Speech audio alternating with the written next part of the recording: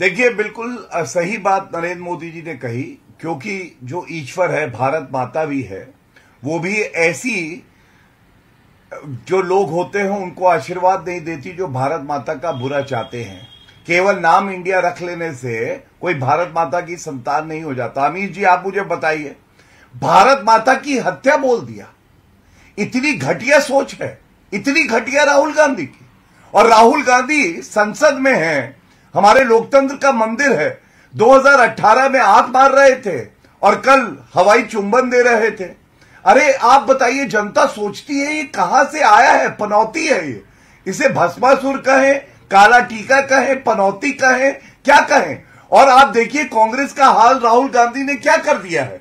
कभी बहुत बड़ी पार्टी होती थी, आज भीख का कटोरा लेके सारे क्षेत्रीय दल है उनके पास जाती है, कहती है एक सीट दे दो, 2 सीट, ठीक है। महुआ माजी, और क्या हैसियत है। ओके, महुआ माजी, पश्चिम बंगाल में, आंध्र प्रदेश में, दिल्ली में इनका एक विधायक नहीं है। देखिए अभी ओके महुआ माजी देना चाहूंगा। महुआ माजी सवाल कीजिए। महुआ माजी, सवाल बहुत सीधा है कि मुझे सवाल कीजिए। जी, सवाल बहुत सीधा है। प्रधानमंत्री, पहले तो अधीर रंजन चौधरी का सस्पेंशन, दूसरा प्रधानमंत्री मोदी ने बोला कि कांग्रेस एक काला टीके की तरह है, हर शुभ काम में जैसे काला टीका लगता है वैसे लगाना होता है। और साथ ही साथ उन्होंने बोला एक सीक्रेट वरदान है, इन्होंने मेरा बुरा चाहा, मैं देखो आज कहां आ गया। देखिए, ऐसा है कि अभी तो 2024 आना बाकी है और इस बीच जनता देख रही है जिस तरह से आप देश को कहाँ लेके जा रहे हैं। ये जो पोलराइजेशन है, धार्मिक उन्माद है, हिंसा है, दंगे फसाद है। आप मणिपुर की बात कर रहे थे, उसके बाद हरियाणा में क्या हो रहा है, हमारे झारखंड में भी तरह तरह से लोगों में वैमनस्य पैदा किया जा रहा है जहां पर सांप्रदायिक सौहार्द था। आप वोट की राजनीति मत कीजिए, आप विकास की बात कीजिए। आप विकास करें, उसका बहुत स्वागत है, लेकिन जिस तरह से आप प्राइवेटाइजेशन की तरफ जा रहे हैं, आप देखिए हर गांव में, आप सेना में जाने की पहले होड़ मची रहती थी कि गरीब का लड़का कहाँ जाएगा, सेना में नौकरी करेगा तो उसका जीवन निश्चित हो जाता था कि अपने बुढ़ापे तक वो अपने परिवार का सहारा भी बनता था। लेकिन 3 या 4 साल के लिए आपने उनकी नौकरी कर दी।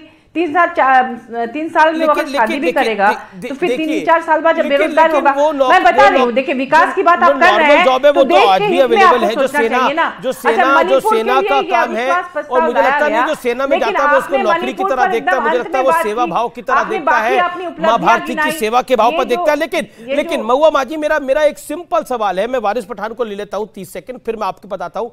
और वारिस भाई, मैं आपसे जानना चाहता हूं, अगर विपक्ष अविश्वास प्रस्ताव लाया था, कांग्रेस अविश्वास प्रस्ताव लाई थी, जेएमएम अविश्वास प्रस्ताव लाई थी और जेएमएम की मेंबर ऑफ पार्लियामेंट यहां बैठी हुई हैं, तो क्या सुनना नहीं चाहिए था, पूरे टाइम नहीं रुकना चाहिए था? That's my question. देखिए, अविश्वास प्रस्ताव जो लाया गया था वो इशू था मणिपुर, जो एक बहुत संवेदनशील इशू था। मगर नरेंद्र मोदी जी जो देश के प्रधानमंत्री है, आकर उन्होंने मस्ती मजाक बना दिया है। घमंड और गुरूर से भरा हुआ पूरा मेरे को तो लग रहा था उनका भाषण है। वो तो पंक्तियां गा रहे थे, वो एक गाने की मंजिल अपनी जगह है, वो गाना है, उसमें डूबने वाले को तिनके का सहारा ही बहुत, वहां की बात कर रहे थे। हमारे पार्टी प्रेसिडेंट असदुद्दीन ओवैसी साहब ने दोपहर में अपना भाषण दिया, 11 पॉइंट रखे थे उन्होंने सरकार से जवाब तलब किया था कि आप मेरे इस बात के ऊपर जवाब दीजिए। उन्होंने मेन पॉइंट लाए थे, जो जयपुर के अंदर ट्रेन, जयपुर से ट्रेन जो मुंबई आ रही थी, जिसमें एक आरपीएफ के जवान ने 5 लोगों की हत्या कर दी, जिसमें एक पुलिस वाला कुत्ता, 4 मुसलमान थे, उनके बारे में उन्होंने कहा किसने रेडिकलाइजेशन किया। उन्होंने बिल्किस भानू की बात की, उन्होंने चीन के ऊपर बात की, मणिपुर की बात की, हरियाणा जो जल रहा है, नूह के अंदर इतने सारे घरों को जो तोड़ दिया, पंजाब हरियाणा की हाई कोर्ट ने सो मोटो एक्शन लेते हुए कहा कि ये एथनिक क्लेंसिंग चल रही है वहां पर, इतना सीरियस वहां पर ऑब्जर्वेशन आ गया। उसके ऊपर मोदी जी जवाब नहीं देने को तैयार है। मणिपुर के ऊपर क्या जवाब दिया उन्होंने? लास्ट के अंदर 2-5 मिनट जवाब दिया। तो इतना संवेदनशील आप दिन, इतना संवेदनशील टॉपिक को आप इस तरह मजाक उड़ा देंगे? क्यों बात नहीं की चाइना के ऊपर? क्यों नहीं बोले जब चाइना घुसता आ रहा उसके ऊपर? क्यों एक अल्फाज नहीं बोले? क्यों हरियाणा के ऊपर अल्फाज नहीं बोले? कि हरियाणा सारे सवाल सरकार से है, मणिपुर हिंदुस्तान का हिस्सा है, हरियाणा भी हिंदुस्तान का हिस्सा है। नूह के अंदर घरों को तोड़ दिया, उसके ऊपर क्यों खामोश? लेकिन मैंने आपसे वारिस पठान, आप भी ऐसे ही बोल रहे हैं जैसे सदन में बोला जाता है। सवाल का तो जवाब दे देते आप। मैंने तो पूछा, क्या अगर नो कॉन्फिडेंस मोशन कांग्रेस लेकर आई थी तो क्या पूरा नहीं सुनना चाहिए था, वोटिंग एंड तक नहीं करवानी चाहिए थी? सवाल पूछ रहा हूं मैं आपसे, आपने उसमें ना हाँ बोला ना बोला, कन्नी काट के चल रहे हैं आप। नहीं, मैं तो जवाब दे रहा हूँ कि मोदी जी ने अगर बोला ही नहीं मणिपुर के ऊपर तो वो लोग कांग्रेस वाले उनको जाना तो चले गए, वो हम क्या कर सकते हैं। हमारा पार्टी के प्रेसिडेंट तो आज दोपहर को अपनी राय रखी, अपने सवाल का जवाब मांगा, सरकार को जवाब देना। ठीक है गौरव भाटिया, ठीक है गौरव भाटिया, देखिए सारे सवाल सत्ता पक्ष है तो सत्ता पक्ष के एक ही नुमाइंदे हैं, उनको समय देना पड़ेगा। ओके गौरव भाटिया, गौरव भाटिया कोई खुश नहीं है भाई, सब परेशान है। 30 सेकंड्स गौरव भाटिया। नहीं तो छाती तो पीटेंगे ही, छाती तो पीटेंगे ही, यही बात तो हम लोग कहते हैं। ये वही रोंदू फूपी है, हर वक्त आते हैं छाती पीटते हैं। और नो कॉन्फिडेंस मोशन तो ये हार ही गए, जो बची कुची इज्जत थी वो भी तो हारे हैं। अरे ओवैसी जी शर्म आ रही थी सुन के उन्हें, वो सांसद है, मणिपुर पे चर्चा कर रहे हैं, केवल मुसलमान मुसलमान मुसलमान मुसलमान करते रहे।